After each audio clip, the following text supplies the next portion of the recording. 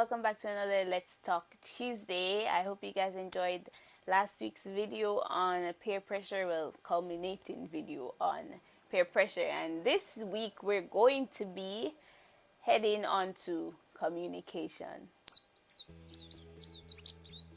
Guys, I've been straying from this topic for the longest while because trust me, whew, I don't think I'm fully there yet when it comes to communication, but I have grown. I will say that I have grown. But yeah, God has really developed me in that area of life. And I mean in regards to when I'm angry and having to communicate in anger, or having to communicate when I'm angry, or about something that, or regarding something that makes me angry. So yeah, I've been learning in that aspect of life. I think I've improved. I won't even criticize myself so hard. Yeah, I think I've grown in that area. So thanks be to God for that. Okay, so again, it's gonna be part 1 and the part 2 because yeah, I have 21 tips. I'm sorry. But anyways, let's get straight into these tips on how to communicate effectively. So the first one is take time to think before speaking. Honestly, I really just believe this comes with maturity, learning how to communicate effectively, honestly. So if you need any tips on how to be mature, please link my video above. Yes, please select that video above, and you can definitely go and watch that video on maturity. First tip is take time to think before you speak. I remember this tip all the days of my life because my mom always reiterated this to us. Before you speak, make sure you think about what you're going to say, so that in her words, you don't look stupid. Basically, right? Or you don't say something that you regret, right? So yes, think before you speak. If it is that something comes to your mind, don't be so impulsive. I know as young people, we tend to be impulsive about things. Rarely you find a young person that is super calm about everything in regards to communication. It usually comes with growth and maturity, that you see someone actually, okay, let me do some thorough thinking and approach this situation in this way, so it's not one where it will be at a disadvantage for both persons involved, or all parties involved in the communication. So if it is that, there's a line that says, if you have nothing good to say, don't say anything, okay? And in regards to anger, this tip actually is major, because in anger, no one is really thinking about how the other person will feel. And what I do, because I've messed up many times, well, not many times, but I've messed up a few times in regards to letting my anger get the best of me, and I just say what's on my mind, and then yeah, it destroys a lot of relationships, right? So what I've learned to do is literally be silent about it, because the truth is 90% of the time, if someone makes you angry, they know exactly what they did to make you angry. But there is that 10% that they actually don't know that they're doing something that is causing your anger to be stirred up. So if you stay silent, someone who is interested in finding out why you're angry will ask you and be like, why is it that you're angry? Or if they know, they'll more than likely come. That would be the best thing ever, that they'll come and apologize without you even have to approach or bring the topic to them, right? Yeah, so I usually stay silent, and I let my anger subside.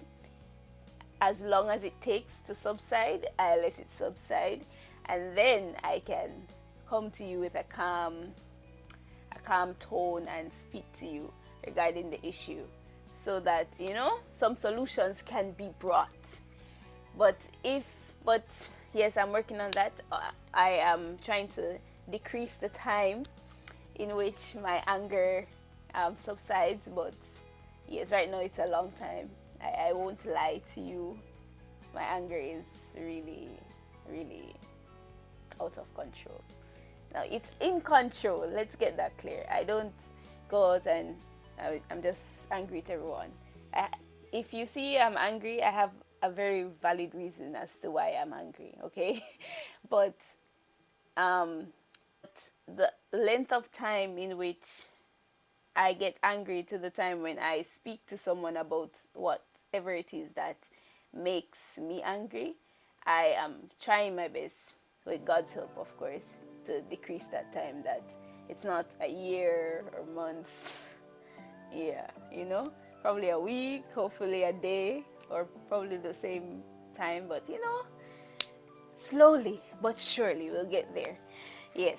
Now the next one is be slow to speak and quick to listen. Whenever you're interacting with others,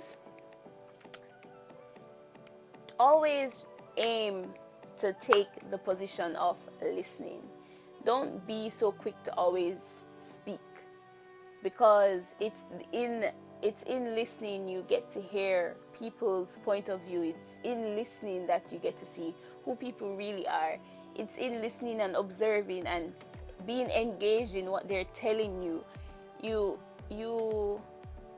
get to understand how people view life, how they view themselves, just how they tackle everything in their regard, or in their world, I should say.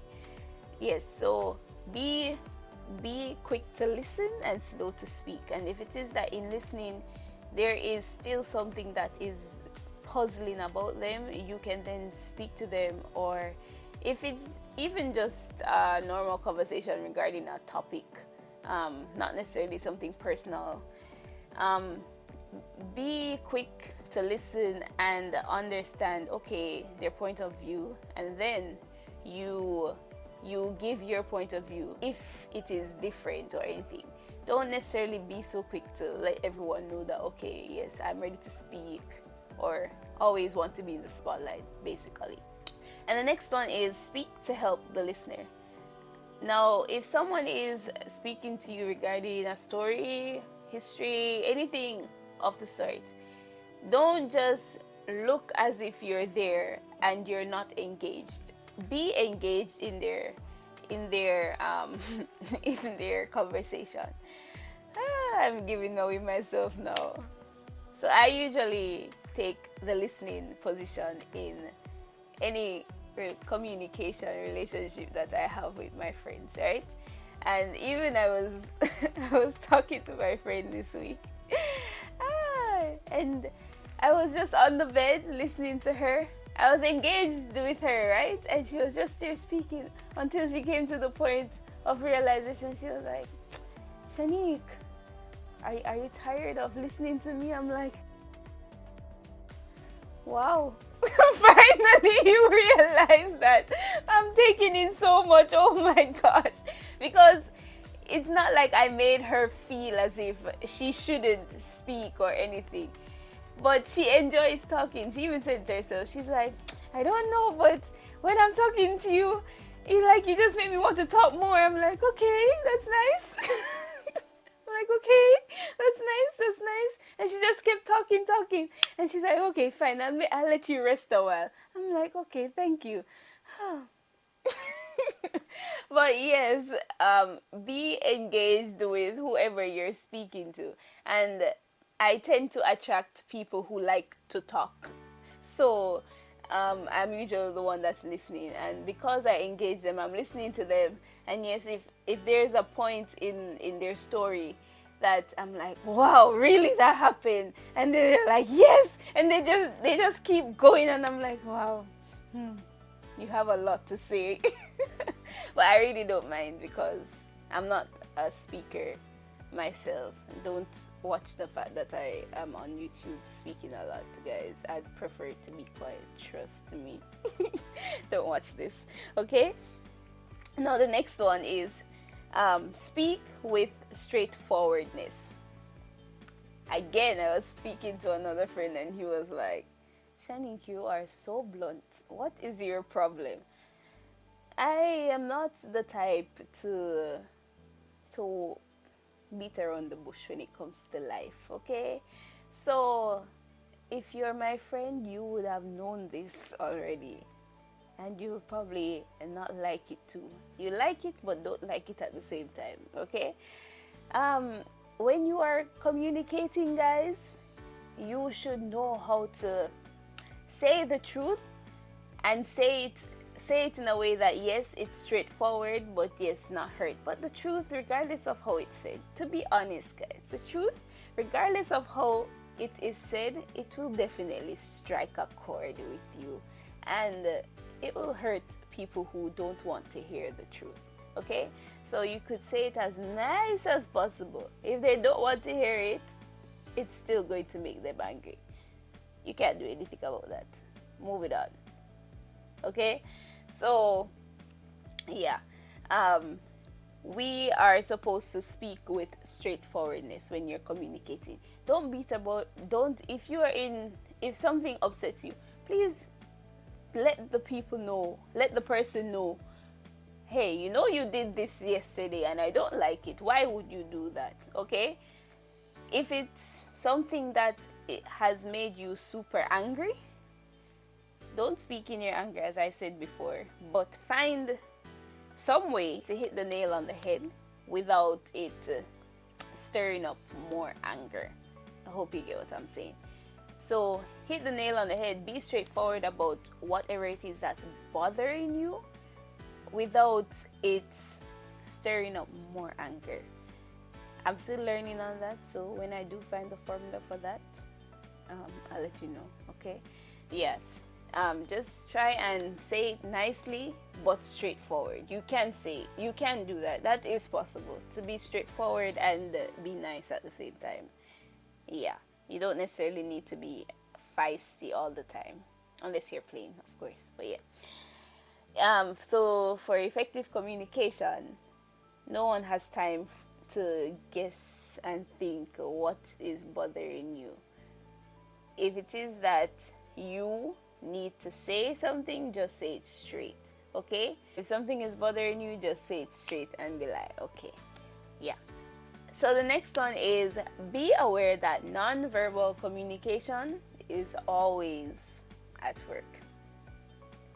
This is the one I would say that maybe I'm too good at, observing everything is a blessing and a curse, because you see things and things you don't want to see in people, okay? So yeah, guys, to be effective at communication, you need to observe non-verbal communication. Don't just look. Someone can say yes, but they really mean no. They'll be like, yes. Let's not. Let's be able to cultivate the ability to discern non-verbal communication, because that is key. That has a greater degree than verbal communication, because you can be speaking to someone trying to explain yourself, and their facial expression or their body movements could be like, no, I don't agree with what you're telling me. And you need to now say, okay, take a step back from trying to explain yourself and try to listen to the other person's perspective, because not everyone unfortunately can speak their mind like that. So be able to discern body movements and people's facial expressions, basically. And now the next one is, I think it flows right into the next one. The next one is recognize the 3 V's in spoken communication: verbal, vocal, and visual. I kind of touched on it. Verbal, be able to discern, be able to notice, okay, this person why are they behaving like this? Where is their body behaving like this? They're saying something, but their body is saying something else. And then, in effective communication, guys. Oh, also for verbal, when you are communicating with someone, don't even in you can turn someone off from wanting to engage in communication with you, because you could be like, people will be like, okay, they're not interested. I'll just cut the conversation. Or you, if you're like this and someone is speaking to you, obviously they're going to be like, yes, let me continue speaking. And I think that's why, sadly, my friends, they like speak. I'm like, tell me more. But really, sometimes I'm like, okay, please be quiet. I love you guys. Sorry. Yeah. Be able to show your enthusiasm, your interest in someone when they're communicating with you, and also with your vocals, with your voice, guys. If you're like, yeah, sure, yes. Obviously, if someone is speaking to me like that, if I'm like, hi, and they're like, hey, I'm like, okay, fine, this person doesn't want to speak to me, let me go and leave them alone. Because it's like the energy, guys. If you're not getting the same energy, then the conversation just won't be nice, you know? You just be like, and I've had this many times with people. I'll be like, hello, good morning, and they'll be like, hey. I'm like, okay, bye. Yeah. So, how you speak to someone, even in just a simple conversation, can really affect how well the conversation will go. And the next one is visual. Again, are you having eye contact with the person when you're speaking to them? Are you showing that you are engaged? You're engaged. You're interested in what they're saying. This is key to having effective communication, guys, and not only in regular day-to-day communication, but especially in moments when you have to discuss serious things, and we need both parties to be mature and to handle the issue at hand, right? The next one is be careful to use the right words at the right time. This is true. I'm still working on it. Trust me. Because I've often found myself trying to explain myself after saying a word because of cultural differences. That's really it. Because if I'm speaking to someone from Jamaica, it's just different, okay? I've had to learn how to communicate across cultures since I came to China, and I'm in an international pool, right? So, guys, being able to choose the right words at the right time that it won't necessarily offend someone is key, especially if it's in a moment where both parties are angry, okay? Be able to sit down, think before you speak, and choose your words wisely so that things don't get intensified when there is no need for it, okay? The next one is, when needed, be firm and tactful. If you are trying to communicate an issue with someone, or yes, in this case it's an issue. If you're trying to communicate an issue to someone and they are not necessarily taking you serious, you need to stand your ground and let them know that you're serious about this issue, and it's not something that should be taken lightly. And the fact that they see that you're serious about it, they will actually, if they respect you, they will actually listen to you, and then communication that can then be effective in that sense, because they will want to listen to you, what you're saying, and then they will also give their perspective to clear up any misunderstandings if there are any. That one is pretty simple, right? The next one is make good use of questions. I've actually used this, and it actually works, guys. Instead of accusing, or because I'm telling you, I have accused before. It's not good. Okay, I've been accused and I have accused. I'm not saying I'm perfect, honestly. When it comes to communication, I have grown. Okay, using questions instead of saying, "Oh, you know, the mask is blue." You can say, "Do you think, in your opinion, do you think the mask is blue?" And the person will be like, "No, maybe I think the mask is is purple." Okay, and then you could be like, "Why you think that way?" And then in that way, the communication can then flow to find out, okay, maybe I misread this action that the person did, or maybe I misread this whole situation, or maybe the person can then realize, oh, maybe I did something that could have caused this situation to happen, that could have caused Shanique or you yourself, this other person, to feel this certain way. And it opens up a line of effective communication. Trust me, I'm telling you, I've experienced it. So questions are good. Don't accuse, don't make statements, just question things. Instead of saying, "Oh, you know what you said hurt me," you could be like, "Do you think your statement yesterday was offensive?" And then the person could be like, "No, I never meant it to be offensive." Then you could now have a clearer understanding. Okay, maybe I wasn't supposed to take it that serious. We just had some effective communication there, right? Yes. Okay, so ask questions, don't make statements. Please learn from my mistakes. And the next one is, look for teachable moments, clarification, or self-discovery. Yes. And this comes from asking questions. After 4 years of teaching, you always find teachable moments. I'm sorry. I'm a teacher. There is always, even in the simplest of scenarios, I find moments to teach. And if it is that someone did something and I would ask them, "Do you think that what you did was something that should have been done?" And then they'll be like, "Maybe, no." And I'll be like, "Yes, that should not have been done. It could have been done this way."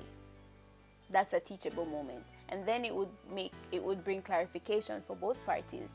And then self-discovery, because now I can look at it and be like, okay, maybe I can be a little bit more patient to see how this may transpire in the next scenario. Or the other person could be like, "Oh, maybe I should think twice about what I do and how it will affect the people around me." Pretty simple, right? It's not that simple. It took me years to actually get to that point. So, Jayo. That means like, you can do it. Jayo. You can do it, guys.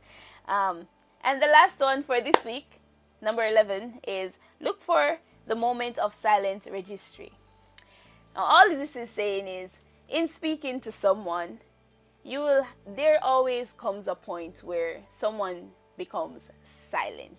Okay? There always comes a point when someone becomes silent and they are thinking about what you said.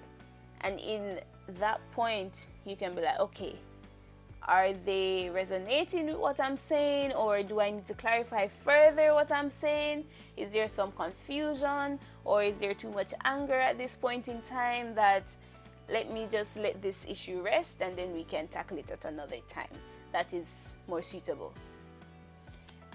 Be able to look for that and know what to do in those scenarios, because it could be one of three situations. They're resonating, they're thinking about what you're saying, everything is a bit too much for them, they need to take a step back from the situation or from the conversation, and you need to allow that. You're not pushing someone to speak is not necessarily good when you realize that they're not that type of person to always be speaking. I've had to learn this because I like solutions. I like to hit it right. I like to tackle it right like head on as it happens. Let's speak about it. And yes, unless I'm super angry, then I'll wait. I'll be like, okay, I need some time before I say something that's not nice. Just telling you the truth. I'm not lying to you, okay? Yes, I like to speak about things. I also love when people see, okay, yes, I'm angry. You come and ask me why I'm angry. Because obviously there must be a reason why I'm angry. And if I'm silent with you, you must have been the reason why I'm angry. You know? And it shows that you care. Am I the only one who thinks this way? Maybe. Who knows? But yes, guys. Um, in silent registry, let's get back to that. Sorry. In silent registry, be able to know when to stop the conversation and allow things to just stay still and return to it at an appropriate time. Okay, so I'll continue next week with 12 to 21, and I'll see you guys. I hope these tips are helping you, honestly, to break these cycles, because I know that communication is definitely a serious issue in our world today, and I am trying my best to break this cycle of bad communication. So in my quest to break this cycle, I want to help you also to break this cycle. So yeah, hopefully these tips help. I'll see you next week, guys. Bye.